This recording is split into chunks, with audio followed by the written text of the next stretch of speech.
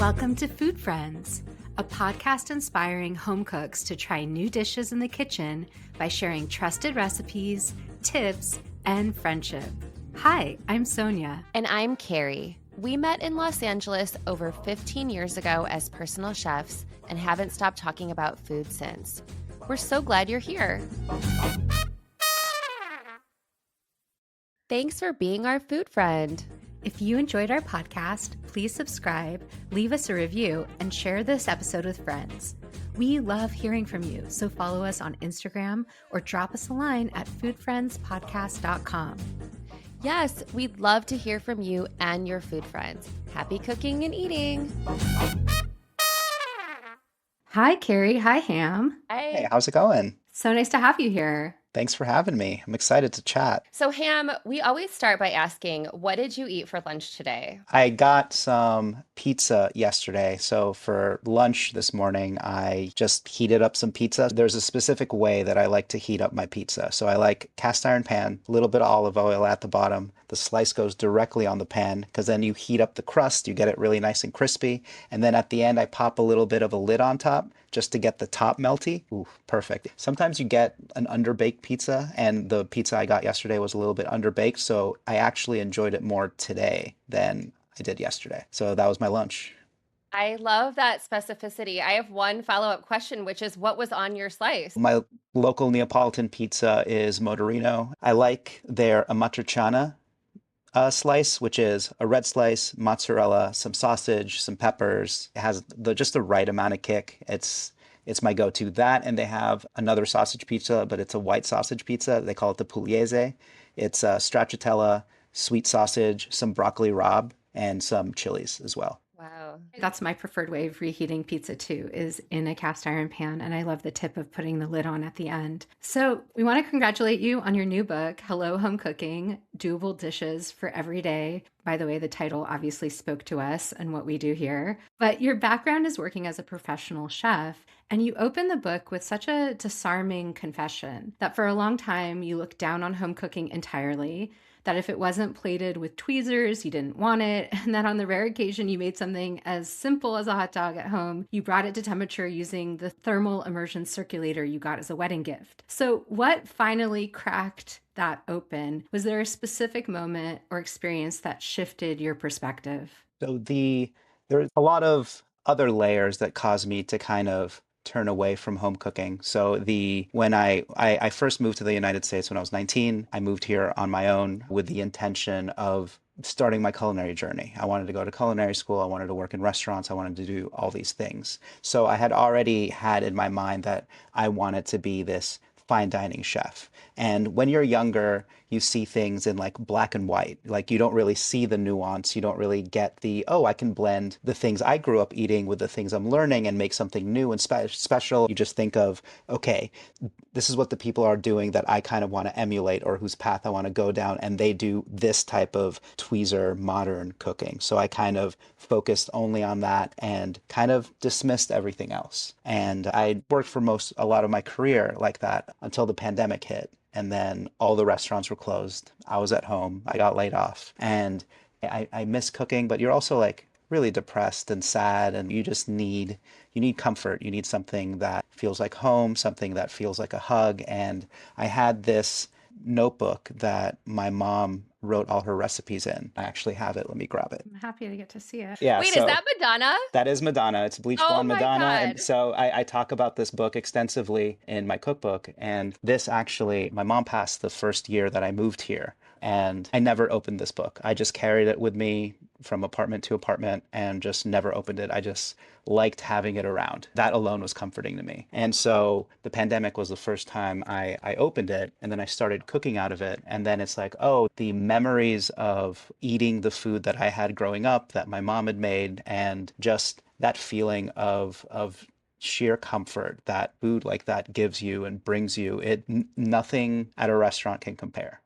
Just like nothing plated with tweezers can compare. Nothing made in a circulator, nothing made in a Rational oven, nothing garnished with foam and gels. Like nothing can compare to a crackly, warm, gooey cheese empanada right out of the pan. It just can't. So that kind of just rewired how I thought about home cooking and just helped me reevaluate just how powerful that kind of cooking was. And I grew up in Doha. My mom's Bolivian, my dad's Egyptian. Doha's a very, very international community. I grew up eating all different kinds of home cooking. It was just how I grew up. I didn't even really categorize it as like, oh, this food is from here. This food, it was all just food to me. And so all of these flavors and techniques, they kind of went into this bank that I had locked away. And that helped me unlock it and kind of fold that into my everyday cooking, which ultimately made me a better chef as a whole. It was kind of like I was cooking with one hand behind my back and unlocking all those memories and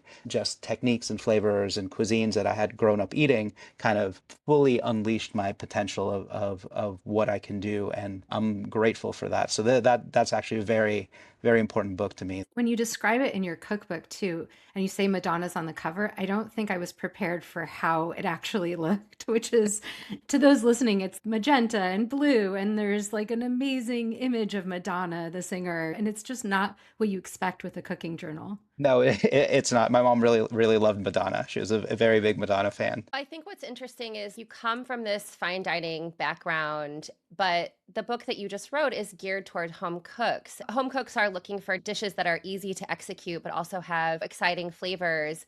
And so when you think about what home cooks struggle with, how did you decide which recipes feel really doable for a home cook as opposed to like someone who has the kind of fine dining training that you have? Well, these days I have a restaurant in Fort Greene, Strange Delight, but I actually do most of my cooking at home. I have a toddler. Once you have toddlers running around, then you really understand what people are talking about when they say home cooking is challenging. Because Totally. you need multiple meals a day. They're very picky. It needs to be perfect. It needs to be seasoned just the right way. You need to be able to make it with them saying, Dad, let me show you this. Dad, can you read me a book? Dad, can you help me find my stuffed animal? So being able to make a complete and satisfying meal with all that happening around you is really how I thought about the recipes in this book. It doesn't just start with the actual cooking, it starts with the shopping. I wanted a lot of most of the recipes in this book to use things that you can get from your local grocery store with one trip. And things that don't fit in that, I talk about in the ingredient category, and it's something you can usually just get online and then keep on your shelf for months. Like something like za'atar is you probably can't find good za'atar at your local grocery store. But there are plenty of places online that sell great varieties that will keep for a long time. So I'll specify things like that. You happen to like a certain brand of za'atar? I really like the burlap and barrel za'atar. We collaborate with them a lot and I have some spice blends with them, but I truly feel like they are so good at sourcing and they're really ethical with how they pay their farmers. It's just a great, great product. They actually sent us some of your blends, I think Did including did you guys do the ranch blend? we That's just did. oh my God, it's insane. We'll link Thank you. those too so people Yes. can find them. I'm obsessed with We that. go through But so much of that at home do as you? well. Yeah. So you already mentioned how your dad is from Cairo, from Egypt. Your mom is Bolivian, but grew up in Brazil. You yourself grew up in Doha, and then you later moved to New Jersey. So you already had this sort of very rich culinary background before you ever came to the States. I'm wondering if there are particularly memorable dishes you grew up eating and ones that may have impacted you as a chef, even without you necessarily knowing it right away. There's a lot of similarities between Egyptian and Bolivian cooking and a lot of differences. There is this celebratory nature of just simply grilled meat in both cultures. And then that's something that I value and treasure a lot. It puts the quality of the meat at the forefront, and both cultures taught me how to pick the right meat, what cuts do what's great on the grill, what's great braised and then on the grill, what makes a great sausage. Like a lot of my favorite memories are kind of revolve around that. In Santa Cruz, Bolivia, my uncle's house is where everyone goes every Sunday after church. He'll just get a bunch of sausages, a bunch of different cuts of meat. We'll make a big, big pot of arroz con queso, which is also in the book. It's like a cheesy, Bolivian cheesy rice. It's like risotto meets mac and cheese. And you just get like a tomato and onion salad. You get some mayonnaise if you want to dip things in. You get plantains, you get yuca. And then my uncle would just start grilling all this meat. You get it in waves. So he'll grill sausages and short rib first, cut it up, pass it along. You'll eat that with your sides, and then the parade keeps on going. You'll get chicken, you'll get blood sausage, you'll get tongue, you'll get all these different amazing cuts throughout the day. And it just was a great celebration of both family and meat. And then we'd play cards at the end of all of it. So whenever I see that stretchy cheese when I'm making it at home, that's kind of the memories that it takes me back to. And that's like the power of home cooking and memories and all those things, is that there's so much weight and just things that warm your soul that are tied to it, that I think even if you're serving it to people who haven't experienced those things, you still feel it. That sounds amazing. I feel like we would all love to be invited to your uncle's house and have these waves of courses of meat and cheesy rice. But I have to say, there's so many recipes in your book that stood out to us because they're so unique. There's like a broccoli and chamomile soup, the toasted thin spaghetti with black beans and Parmesan, tahini roasted swordfish. Is there a dish that you're most excited for home cooks to discover and try at home that's going to blow their minds? You mentioned it, is the toasted thin spaghetti. It's because it's both a dish and a technique. And I love recipes like that because the home cook can make it as is the first time, taste it and be like, oh, this is delicious. And then it's endless. You can do anything you want with it once you learn that technique. So that recipe is based off of a Mexican dish called sopa seca, or dry soup, which is where you take noodles, cook it down in a broth, and then the starch from the noodles thickens the broth, and then it turns into like a risotto-ish creamy pasta type thing. So I kind of mesh that with a pasta fagioli type of vibe. So it's got beans and greens and parm.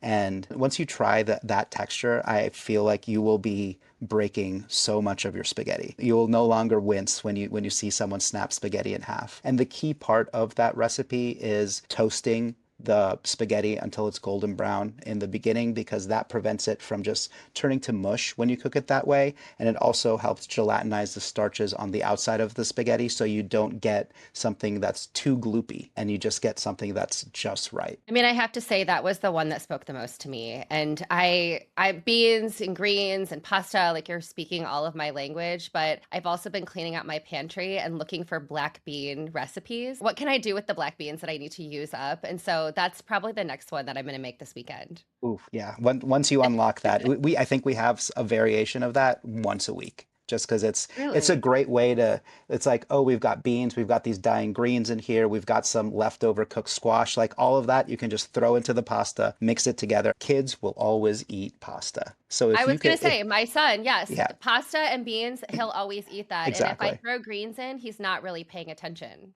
Exactly. And what's great is that luscious sauce coats whatever you put in there. So it tastes cheesy and delicious, and like it doesn't matter what you put in there. They're going to eat it. And also, like snapping the pasta, it turns it into spoon pasta, also easier to eat. It's just a win on so many different levels. We also loved reading about your deep relationship to vegetables.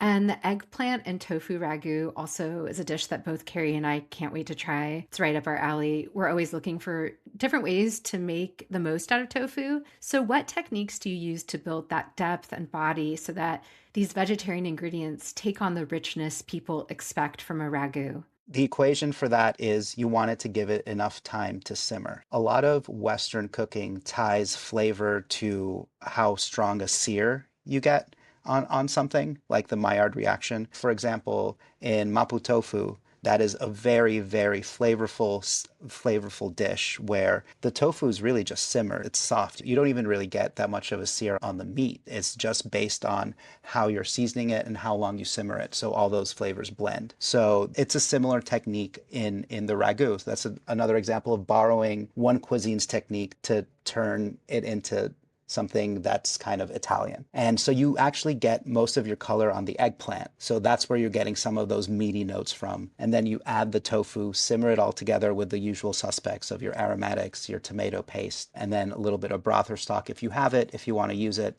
And then you finish it with parm, which gives you that other big umami punch. If you think of just seasoning. I talk about this in the book a lot as well, is that a big difference between restaurant cooking and home cooking is that I think that a lot of home cooks are scared to go far enough. They're scared to take their sear far enough because they're like, oh, it's going to burn. Or they're scared to use enough salt, enough acid, enough sugar, and like all these things that in restaurants you're throwing in by the handful, just as like, I'll just add enough until it tastes good. But a lot of people's like, oh, but I've already added half a teaspoon. Can I add another half teaspoon? Taste it. Do a little bit at a time. Chances are that you can. It is very, very hard to burn a piece of meat that you're trying to sear. I want to encourage people to just push it a little more. Get out of your comfort zone. Sear that meat a little further than you would. Char those vegetables a little further than you would. Add another pinch of salt. See how you like it. Add another pinch of sugar. Add a little bit more butter. Just experimenting with these things can really take your cooking to the next level, and they don't take that much more time. Notice that throughout the book and throughout your head notes and in the descriptions of the chapters that a lot of books promise this sort of professional take on the home kitchen, but I think there's sort of like a science behind it that you're imparting. It's a real accessible way of approaching these things. It's part of what makes it so exciting for us to try to cook from. We're eager to try these recipes because it isn't complicated. It actually is delivering on that promise of doable. And I think just also ways to take tofu and not have it be the same seared thing. Yeah, And I always feel that way about pie crust, that no one ever bakes their pie crust long enough, that they're always think it's going to be exactly. more. Yeah. Yeah. And I think it's also a really great point to push home cooks to add a little bit more salt, to add more flavor, to taste it. I've read your dessert section and I confess that I've already made the date fudge. I've browned butter so many times and I was really paying attention to your notes. I've done it a million times, but I really waited and like sort of turned down the heat and swirled it a little bit longer because I thought the more toasty I get it, the better the flavor is going to be. I just want to say the date fudge is incredible. I did add toasted Thank you. walnuts. It's actually a dessert that I've been chasing for a few years. Someone made it for me about 10, 12 years ago and didn't share the recipe. And I finally got to taste it again. So thank you. But my question is actually about the Fritos. Our listeners really know I have a love of Fritos. My family loves Fritos. I grew up in the Midwest. We ate a lot of Fritos. And you have this Frito ganache, chocolate ganache tart. Where did that come from? And can you tell us what you were thinking when you developed that recipe? I also love Fritos. So, in our just quick side note, in our household, we weren't allowed to have potato chips. No, well, not like we just didn't have potato chips because they were deemed too unhealthy. Fritos were not because it was corn, and for some Oh reason my in my God. parents' minds, corn is better than a potato. It's just a better vegetable to have. So we always have Fritos. So I have this very, very deep love for Fritos. Yeah, we could only have like sugary cereals and potato chips, things like that. We could only have over summer break. A lot of the dishes in this book, I kind of joke that it's like a Slumdog Millionaire type moment because they make no sense when you just see the recipe, and then when you read the head note or kind of I explain where they come from, it's like, oh, all these things came together perfectly to make this recipe. And the Frito ganache tart's one of these things. So I worked at this restaurant called Empeon Cocina. It's a Mexican restaurant, very modern Mexican cuisine led by Alex Stupak, who is very influential in the modern cuisine world. So we did a lot of really fun experimental things with masa. And there was one collaboration dinner that we had with Jordan Kahn from Los Angeles, another very experimental modern chef, very, very talented. And he introduced this chocolate ganache called namalika. It's a Japanese technique, and it means just, it's a very silky, silky, soft ganache. So we made a bunch of this for a dinner we were doing together, and then I could not stop eating it. Our bread service was this thing called masa crisp. So it's basically just fresh masa whipped with a lot of lard that we'd spread onto silpats and bake until it was like a really crisp cracker. Delicious. It was so, so good. And my favorite snack for a while was breaking off pieces of those masa crisps, slathering it with that chocolate ganache, and then just eating it. It was crunchy and corny and salty, and then you have this really silky, chocolatey ganache situation on top. It was just the perfect marriage together. When you go through all these different experiences, you'll occasionally eat something that you're like, okay, I can't do anything with this now, but it just goes in your bank. So that was in my bank for a very, very long time until I knew I wanted a chocolate forward dessert in this book. And then the bank just pulled up, okay, crunchy, salty corn, really silky chocolate go so, so well together. Let's figure out a way to make this accessible and fun, something that anyone can make at home. Fritos are easy to find. And I'm also really proud of the ganache that's in the actual tart because it uses just chocolate chips. It's like your regular old chocolate chips. You don't need fancy chocolate, but the way we kind of make it taste a lot bougier than it is, sweeten it with a little bit of honey. It makes it taste a little bit more interesting, a little bit fancier, and you get the benefits of that really nice texture from the honey as well. So it's like just Fritos, honey, some cream, some chocolate chips, and you can make a dessert that's really a big showstopper. Love hearing the inner workings of a chef's mind. And I also find it so comforting over and over again when you ask people who work in food and really have tried everything under the sun. Often the ingredients they're looking towards are things like Fritos or corn. I mean, obviously, you're talking about a very sophisticated dish at the restaurant, but the flavors you're craving are really accessible and really comforting. And I think that that's always so nice to know because I think people think chefs are just out there eating caviar and lobster foam and whatever else. And we're really eating Fritos or, Yeah, and, exactly. and chocolate chips. So I Hey, just think that's Fritos with really lovely. caviar is also delicious. That is also a I'm not nice treat. knocking that. So, given how deeply personal your recipes and cooking are, I feel at least it comes across that way in the book. Is there a recipe in this cookbook, or maybe one that didn't even make it into the book, that carries the most emotional weight for you personally? Something that carries a lot of emotional weight for me. It would have to be the cheese empanadas that are in the book, just because that was the first thing I made out of my mom's notebook during the pandemic, because that was the thing that I had wanted to try the most. So my mom didn't have any family in Doha. It was just us. So whenever she was feeling homesick or really wanted to feel a connection to her family back home, she would make the cheese empanadas. So whenever we came home from school and we saw a basket of those, we knew that, oh, mom's feeling really homesick. She's kind of using this as a way to connect us, not just connect herself to back home, but connect us with those experiences that she really missed from back home. So getting that right was really important to me. And I had a certain thing in my mind that I wanted to accomplish. There's a lot of empanadas, so when you fry them, they steam on the inside and kind of puff up. And a lot of the times they will deflate again as they cool because that crust on the outside hasn't set enough. So I wanted to make an empanada that would stay that perfect inflated kind of football shape even as they cooled because that outside crust was so crisp and would just shatter. There's something so satisfying about like textures as well. Like when you bite into something crisp and then you go into something soft or vice versa. Like that's what makes like the Peking duck wraps so tasty because you get something soft and then the inside you get that crisp skin. That duality of texture is so much fun to eat. So I really wanted to nail that. When I did, it took a few tries. I was very, very happy that I did. So that felt like a big accomplishment. Ham, I have to say, even before your book arrived on my doorstep, I've been a fan of your recipes. And one of the ones that my family really loves are the cauliflower salad sandwiches. It was kind of like an unexpected, we were hosting and I threw it on the menu for myself. And we were having like a bunch of people over in the summer, and my son ended up getting sick.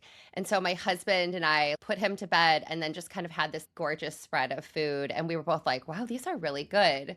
So thank you for that great recipe. And we still make it every summer. But in the recipes that you've published online, has any really surprised you or something that you didn't expect really went viral or that people really loved that you just kind of were like, oh, I didn't realize that was such a great recipe? Tofu kung pao. That is one of my best performing recipes. People tell me all the time it's in the regular rotation. My editor at the time even says it's in her rotation, that it's something that they just make all the time. I love kung pao chicken. If I'm ordering American Chinese food, kung pao chicken is on the order, guaranteed. And I knew it was tasty, so when I made it with the tofu and tried it, I'm like, oh, this is really good. But I always question whether people will dive into a tofu recipe. You know what I mean? It's always, it's like, it's a tough sell. It's always a tough sell. I think there's like a sliver of the market that will always try a tofu recipe, but it's like, will everyone else try it? I have multiple tofu recipes in the book as well. It's an ingredient. If you know how to use the ingredient, it will be delicious. And it's great because it's also such a sponge for flavor that you can season it however you want. It's just a blank canvas. And there's so many different varieties of tofu with great textures. I'm a big tofu lover and I wish it got more love. So I'm happy that people that usually are not excited about tofu after trying that recipe, they're excited to have tofu for dinner. I can already safely say that Carrie and I are both going to now try this, and I'm planning to try it this week now. And I'm the person in our friendship who is the huge tofu lover and tofu cook. And Carrie is also, she loves tofu, but her family doesn't all love it. And she's getting to know the ingredient. I'm always looking to share more tofu recipes with her that I think she might like or her son might like. And this clearly, I think, could fall into that category. We also have to say, that we're huge fans of your wife, your amazing wife, Sola. And we love seeing you two cook together in your videos and online. There's something special about seeing two people who love each other, collaborate, and also have completely different perspectives on the same sandwich or on the same type of dish. And I think that's also because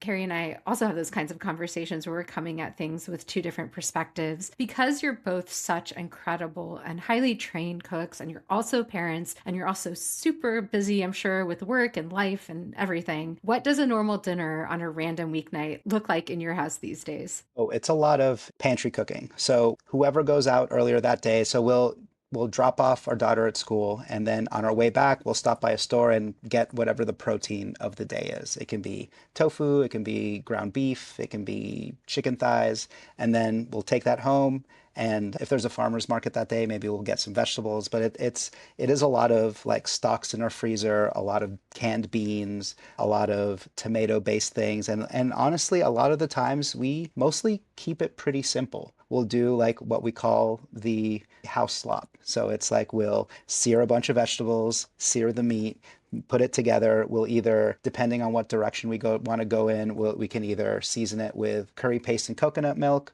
We can season it with soy and mirin. And like it's once you have that base of just chopped up vegetables and protein searing off, you can really go in any direction. And we usually serve that with a nice steamed bowl of rice out of the rice cooker. We have become huge rice cooker people. So but that has been What brand of rice cooker do you Zojirushi. love?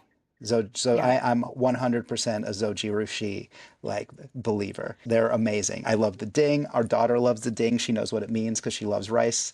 Rice cooker rice is the way to go. That has been, I think, our biggest. I love that it just keeps a pot off of the stove. It's amazing. It's great. You know, we've just talked about tofu, you've talked about rice, you've talked about za'atar. I just wonder if there is something else in your pantry or in your fridge that's a staple that you think every home cook should have on hand. What do you think that people are really overlooking that can really help those weeknight meals? Labna for me, just because it can play any role. It can be breakfast if you put it at the base of your bowl. You can top it with granola. You can top it with poached eggs. It's a great snack because you can fold in seasonings and then have it with some bread or pita chips or whatever, and it's your dip. You can fold it into some pasta instead of like cream or what, and because it's like a hung yogurt, it won't break like yogurt would, and you have this like really nice creamy base. It can be your sauce, it can be your dip, it can be your breakfast. There's a recipe for this in my book as well. It's like one of the variations. I like folding it into whipped cream and then sweetening it a bit with like vanilla and a little bit of maple, and then you serve it with graham crackers and it tastes like a cheesecake dip. So just that one ingredient is so versatile. And I mean, you can also just have it with a spoon. Like I have eaten labna with a spoon. I love the versatility of it. And since it's a cultured product, there isn't a time limit on it as much as other ingredients would be. You can just forget about it in the back of your fridge for a week and a half or even longer, and then chances are it'll be okay. Speaking my language again, and labna whipped cream is truly one of my favorite party tricks. Yeah, I feel like even just as a topping for a cake or a pie, it's just that tanginess yeah. and that slightly savory note that makes all the difference. So And the I'm texture is so happy so to hear you. nice with whipped cream. It's like Yes. so luscious. It's like a Oh, buttercream almost. Yeah, huge. I will, it's the best. yeah, it's amazing. What Ottolenghi did for tahini, how you can find tahini everywhere. I want to be the spokesperson for Lubna. I want everything from a Whole Foods to a Key Foods to an Albertsons. I want everyone to stock the finest Lubna. That is my goal. We You want need that for like, you too. yes, you need like I live for Labna t-shirts or merch. I'll start rolling out the merch. Kind of on the same topic, I was really surprised in the best way in the section of the things to have in your kitchen, which I think, is a standard thing in every cookbook, basic tools, and you'll see things like microplanes and stand mixers and whatever in there. And I thought yours was actually so unique and so incredibly helpful. And without getting into every single tool you include, do you think that there's a particular tool, especially maybe that you used in professional restaurants, that you think home cooks have overlooked or maybe just haven't heard about and really need? Something as simple as a fish spatula. I think a fish spatula is superior to those like flat metal spatulas that everyone thinks is the standard spatula. The fish spatula is kind of tapered at the end, so you can get under foods without damaging it. It also has these slates so that excess oil can drip off. It's a superior spatula in every way. It's called a fish spatula because it's made to flip and move delicate pieces of fish, but it's the only spatula I grab at home. I'm really happy you mentioned that section because I intentionally wanted it to feel like something different because it's like not to knock cookbooks, but it's like 9 out of 10 cookbooks, that section is identical.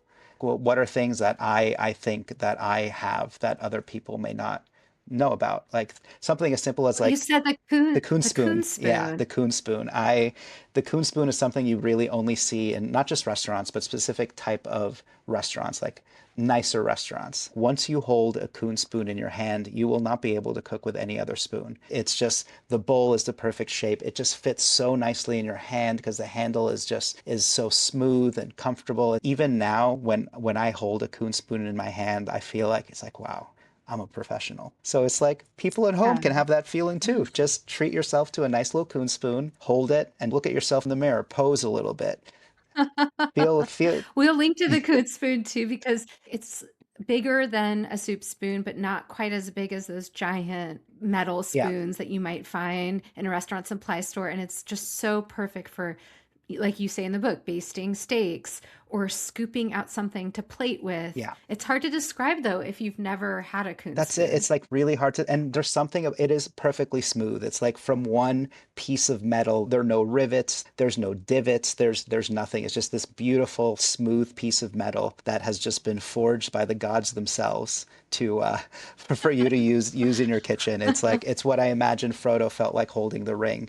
It's a very powerful tool. I cooked most of my life without having a fish spatula, and Sonia gave me one a couple of years ago. And I probably need to buy a second one because I'm always reaching for it, and it's usually in the dishwasher. And like I fried rice for us last night, and there's nothing better to get those crispy rice pieces off of the bottom of your cast iron than with a fish spatula. Yeah, totally agree. Well, Ham, this has been an absolute pleasure, but we always end our conversations by asking one last question, which is there something that you eat every year on your birthday, and what would that dish be? Ooh. So I'm very much a Ron Swanson type of birthday person. I don't really like to celebrate with other people. It is more like a quiet time that I like to spend with my family, like my immediate family, and I usually honestly like just a simple steak dinner. I want a really nice, like really thick steak that's seared really well,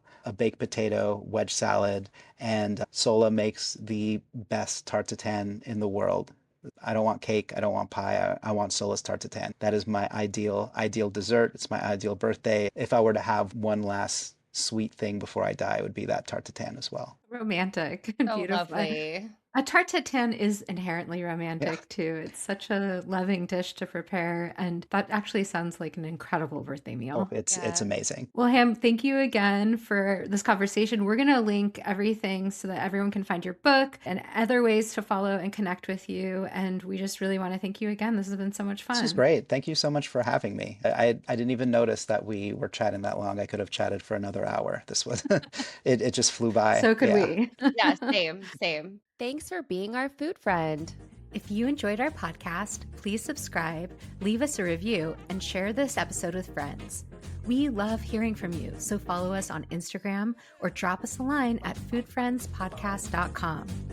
Yes, we'd love to hear from you and your food friends. Happy cooking and eating.